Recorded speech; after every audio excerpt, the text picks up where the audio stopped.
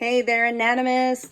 We are looking at the lumbar region of the vertebrae. If we were to look all the way up, we have the cervical region, then we have our thoracic region. This is just a recap from another video of mine, and then the lumbar region, right?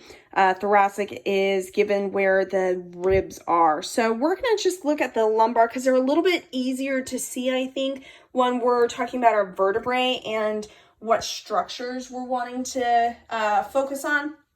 So let's talk about these structures that point up out at us. These are the spinous process. In fact, you can feel these spinous processes all the way up.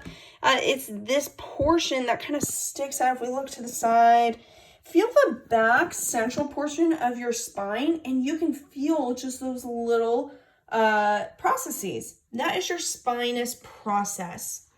Okay, spinous process. So the spinous process is this portion right here. That tells you that this is the posterior side. I mean, if we're looking at this being articulated together, then that makes sense. But if it's disarticulated, then you want to locate the spinous process, and you know that that's going to be posterior. Okay, now from here, we're going to have these processes that are on the side. These are the transverse processes. Transverse processes. And the transverse processes, remember that the transverse plane is as if you were to cut someone in half from top to bottom, and that is the transverse processes. Okay, we're going to have to get in a little bit closer for these ones, and this is where it gets a little bit tricky, but this is what helps with the articulating between the vertebrae. This right here is this whole structure right here is the inferior articular process.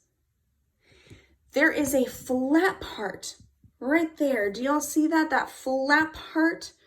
Hold on, let me get back to where I was at right here. There we go. This is the inferior articular facet.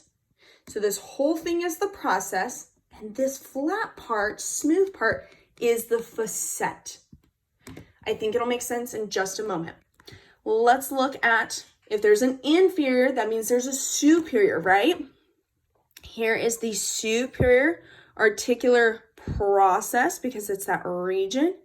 And then right there where it's flat, that is the facet, the superior articular facet. Now, let's look. Here's the superior articular process. Here's the inferior articular process. There's that flat part on the interior articular process, which is the facet. So that's the interior articular facet. And here is the superior articular facet.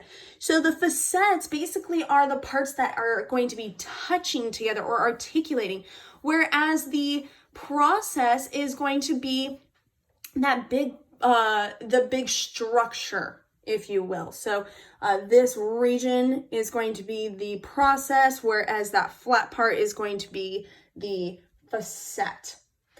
Great. All right, now let's take a peek at the sagittal view. So I'll actually rotate it like this because this is probably what you would want to look at it from the view of.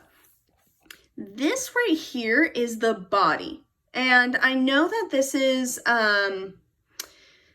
from a different view, but like if you're looking down on it, then that would also be the body. And so this is the body. This right here is going to be the transverse process, this part right there. Then you're going to, actually this right here, that's kind of blurry right there. That's the transverse process. And then here's the superior articular process. And then there's the inferior articular process. And then this is the spinous process right there. See how these spinal cords or nerves, are coming out of this little hole right here? This hole is because we have two vertebrae together, okay? So this hole is in between, and we've established that our in-between word is inter. So this is the inter. We have vertebrae, so intervertebral, and it's a hole. It's intervertebral foramen. Intervertebral foramen. And that's on each of those. You have to have two of vertebrae coming together in order to have the intervertebral foramen. Now see these jelly-like structures right here? So here's the body of the vertebrae, and these jelly-like structures are in between the bodies. These are our intervertebral discs. Intervertebral discs. And this one's just showing like if it had a herniated disc. And so this is going to help with our ground force reaction. So like when you jump and you land, it doesn't feel incredibly awful throughout your spine. It's going to cushion it. It's going to absorb that pressure. Let's see if there's anything else that I can show you in these kind of views. Because it's kind of challenging for the sake that we can't take this apart, but that's okay. Let's do this. See how the nerves come through here, and then imagine that you have like your spinal cord. And is that a good enough view right there? Oh, maybe right there. Okay, that's a spinal cord, and the nerves come off of it. You can imagine this metal rod as the spinal cord. That metal rod or the spinal cord is going to be going through foramen, okay? And these foramen, if it's just, let's say that we just had this vertebrae that was hanging out by itself, then that hole would be the vertebral foramen. But because of that, or because of the fact that we have two of them connected at least, remember how we had intervertebral foramen here? Well, this is actually going to be the spinal canal.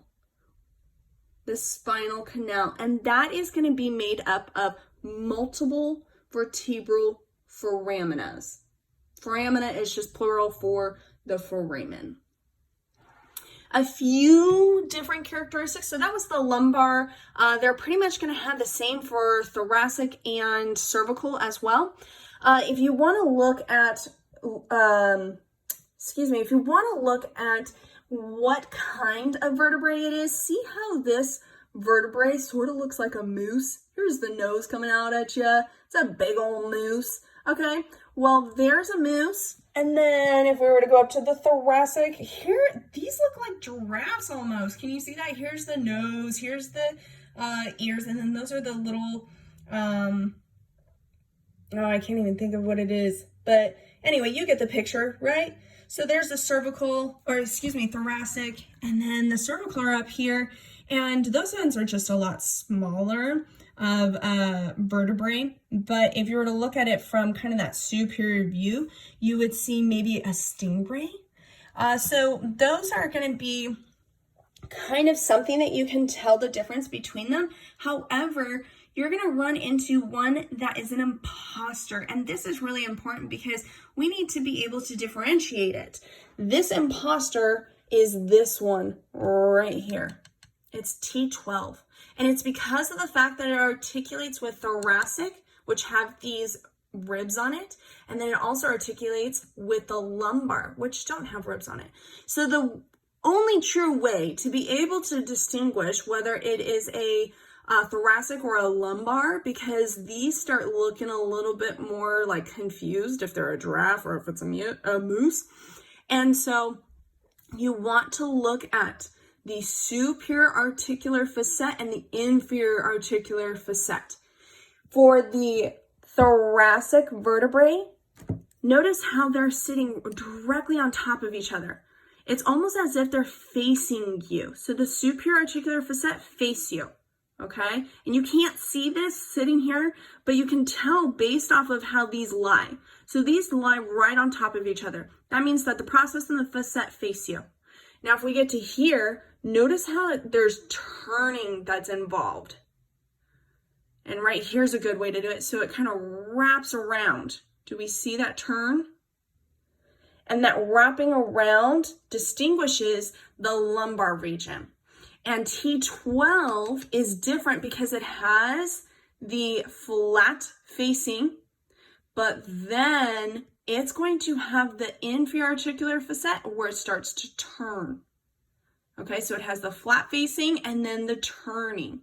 Do we notice that? Flat facing, it articulates with our thoracic, and then it turns for the lumbar. So T12 basically hangs out with both crowds. The only other differences that you have with the thoracic is that they're going to have little tubercles and facets. They're going to have the facets, and that's basically going to be to allow for articulation with our ribs and the tubercles here. And so technically speaking, here we go, like the tubercle and the facet would be right there. So the transverse processes of our thoracic vertebrae are going to have facets for the tubercles of our ribs.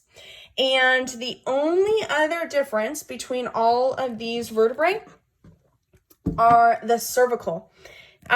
We talked about how we have the nerves that come out to the sides, but take a peek at this, and I hope I can get a good enough view. Yeah, there we go. Here is a foramen, okay? And a foramen is going to continue down through the cervical. See where the red is? So that red is basically an artery. That's what it's representing right there. And the cervical spine are going to have transverse foramen, and they're the only ones that have the transverse foramen. The C1, the one that you see right here, if you remember from our skull video, we have our occipital condyles, and that is going to be able to articulate right here with our atlas. So this is C1, and it's known as atlas. And then you can see on the posterior side right here, that's the dens, and that's basically C2. So C2 has dens, and that is known as axis. So C2 is axis, C1 is atlas, and think of when you have a globe and you put it on its axis, you can turn it. So C2 or axis is going to help with rotation, and C1 or atlas is going to help with flexion.